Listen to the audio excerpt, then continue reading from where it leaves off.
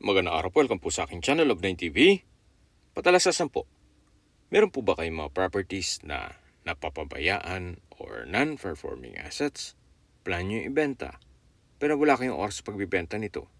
Kung ito'y pagkakatiwala nyo po sa amin, tawag lang po kayo sa aking numero, usap po tayo, gawan ko po ng video for free. Yes, libre po, wala po kayong babayaran. Tutulungan po namin kayong mabenta ang inyong property. Kami na po bala sa marketing, sa boosting or paid ads, even sa tripping. Hindi na po kayo mapapagod sa pag-entertain ng mga buyers. Kami na po bala sa lahat. Tawag lang po kayo. Nandito po tayo ngayon sa Cuenca, Batangas kung saan meron po tayong bagong video presentation. Isang residential property na 2-story house. May lot area po ito na 138 square meters. Ito po'y corner lot. Tungkol naman sa dokumento nito, ito po'y titulado, kaya wala po kayong maging problema sa documentation o sa transfer ng title. Tunghayan niyo po itong side view nitong bahay kung saan ang structure po ay maayos na maayos, even itong pintura. Meron po itong mga glass windows with security grill, nakabakod na po buong property at meron pong water tank in case ng water shortage. Ito po yung corner side na meron pong customized glass windows with security grill. Ang kagandahan pa po dito, meron pong mountain view na kung saan very relaxing po ang view.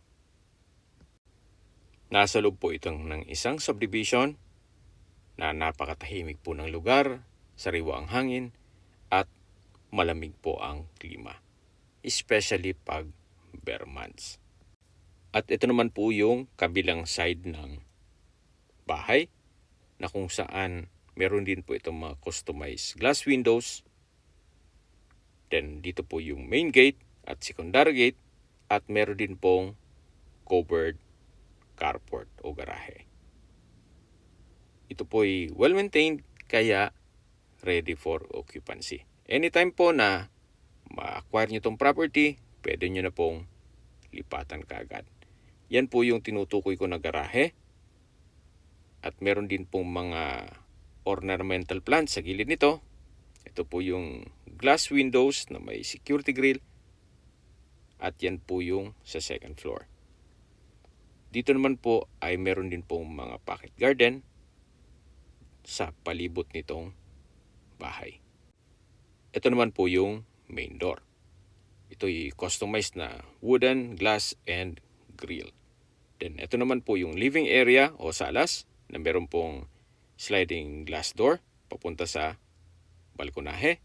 At yan po yung ceiling na may center lamp. Dito naman po yung corner side na kung saan meron pong malaking espasyo. At yan po yung hagdan. At mula po dito sa living area, ito naman po yung open below. Na dito po nakapwesto ang dining area. Then sa dulo po yung formal kitchen. At meron pong access door na papunta sa likod ng bahay. Naka-tile flooring na rin po dito at open concept lang po ito, kaya maliwalas. Mula po dito sa formal kitchen, yan po ulit yung living area at yung sliding glass door papunta sa balkonahe. At check po muna natin itong first bedroom. Kung meron man po kayong PWD or senior citizen sa pamilya, ito na po yung para sa kanila. Malaki naman ang espasyo, high ceiling, maayos ang pintura ng ceiling at wall, meron pong malaking glass window, meron pong wardrobe from floor to ceiling po yan, at meron din pong toilet and bath na kung saan ito'y naka-solid wood door, maayos ang toilet fixtures, may hand basin, vanity mirror, water closet with bidet, at may malaking bathroom window. Yan po, tunghayan nyo po ulit itong first bedroom o master's bedroom. Lalabas po tayo. So paglabas po dito sa first bedroom, matatanaw natin yung dining area at dito naman yung living area. At yan naman po yung sliding glass door na may wooden frame and grill. meron po ditong 1 meter setback na kung saan ito po yung kabilang side ng street na may water tank. Hanggang dito po yan. At yan po yung corner side. Balik po ulit tayo dito sa loob. Mula po dito sa living area, yan po yung main door. At ito na po yung stairs o hagdan. Na kung saan ito po yung corner side. At meron pong customized windows with security grill. Ito po yung naka-wooden staircase, metal handrail at railing. Samahan niyo po ako, akyat po tayo. So nandito na po tayo sa family area.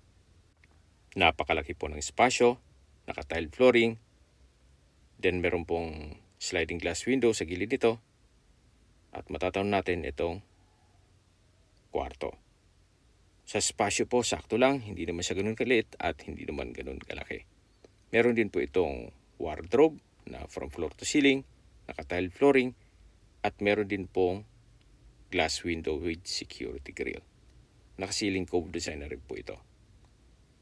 Paglabas po dito ay meron pong common toilet and bath, naka-solid wood door, may isang toilet fixtures, naka-tile bathroom wall, may shower, may exhaust fan, at water closet with bidet. Dito naman po yung kabilang kwarto. Naka-solid wood door, sa espasyo, sakto lang. Meron din po itong wardrobe na from floor to ceiling at meron pong mga outlet sa gilid nito. Maayos din po ang pintura ng ceiling at wall. At meron din pong sliding glass window with security grill. So ito po yung second bedroom dito sa second floor. Ito po yung access door na papunta naman dito sa balkonahe o terrace na kung saan napakaganda po ng tanawin. Yan po yung Mount Makulot. At dito po ay yung sa side view ng bahay na may glass window at tunghayan nyo po ulit itong mountain view. Napakasarap pong tumambay dito habang nagkakape kayo at natatanaw nyo ang Mount Makulot. Yan po yung harapan ng bahay at paglabas po ay highway na. Kaya ito po ay accessible ng public transportation. Meron pong regular trips ng bus mula Manila papuntang Lemery na dumadaan po yan dito sa Cuenca, vice versa. Kaya kung ma-acquire nyo man ito, kahit hindi po kayo nagdalang sakyan, makakauwi po kayo dito. Balik po ulit tayo dito sa loob. So mula po dito sa balkonahe o terrace, yan po yung open below. Then ito po yung family area. Ito yung mga kwarto. Yan po yung open below. Na sa baba niyan yung dining area at yan po yung skylight. At yan po yung mga kwarto at yung common toilet and bath. So ito po yung family area at dito naman yung hagdan. Pababa po tayo, samahan niyo po ako. Habang pababa po tayo, pag-usapan na natin ang distance, location at travel time. Mula po sa public market o bayan mismo ng Cuenca, ang distance is 800 meters o walking distance. Mula naman po sa Martin Marasigan Hospital, ang distance is 1.4 kilometers at ang travel time is 5 minutes. Yan po yung laging kong binabanggit sa inyo na dapat nyo i-consider sa paghanap ng property, yung meron pong malapit na hospital. Hindi ko naman po sinasabing sakitin kayo. Yan naman po ay for emergency purpose lang naman. At mula naman po sa mga beach resort sa Lemery, ang distance is 22.9 kilometers at ang travel time is 42 minutes. Mula naman po sa Batangas Port, ang distance is 18.2 kilometers at ang travel time is 37 minutes. Mula naman po sa Lipa City, ang distance is 16.1 kilometers at ang travel time is 42 minutes. Nandito po tayo sa part ng kitchen at meron pong isang kwarto dito na kung saan meron pong importanteng gamit si owner. Kaya hindi natin mabuksan. Ito po yung powder room na kung saan ito'y naka-tile bathroom wall at maayos naman ang toilet fixtures nito. At dito naman po yung access door sa dulo ng kitchen na kung saan ito po yung service area at dulo ng garahe. At naka-tiled flooring na rin po dito. Sa presyo na po tayo, binebenta po ito ni owner sa halagang 8.8 million pesos. Kung may mga katanungan po kayo, tawag lang po kayo sa aking numero. At sa mga kababayan naman natin na sa ibang bansa, meron po akong Telegram. Sa mga iPhone user man, may message. Meron din pong Imo, Skype, Viber at WhatsApp. Same number lang po, 0917-316-3399. Sa mga nagtatanong naman po ng aming Facebook, meron po aming Facebook page na Nov9 TV at Facebook Reels Video. Meron din pong TikTok at Instagram. May ibang YouTube channel po kami na The Nov9 TV channel at Nov9 TV Listings. Sana po naibigyan nyo ang video presentation. Paki-like and subscribe na lang po sa aking channel para ma-update din po kayo sa aking future listings. Kung sakali po hanap nyo yung mas malaking sukat na lupa, meron din po kami ibang listings na pwede nyong pagpilian. Huwag po kayong mag-atubiling tumawag sa amin, then let us know your budget para malaman namin kung on property pwede na may ilok sa inyo. Sa lahat pong viewers, subscriber at nagtiwala po sa amin, salamat po sa suporta. Ingat po kayo lagi at yung pamilya.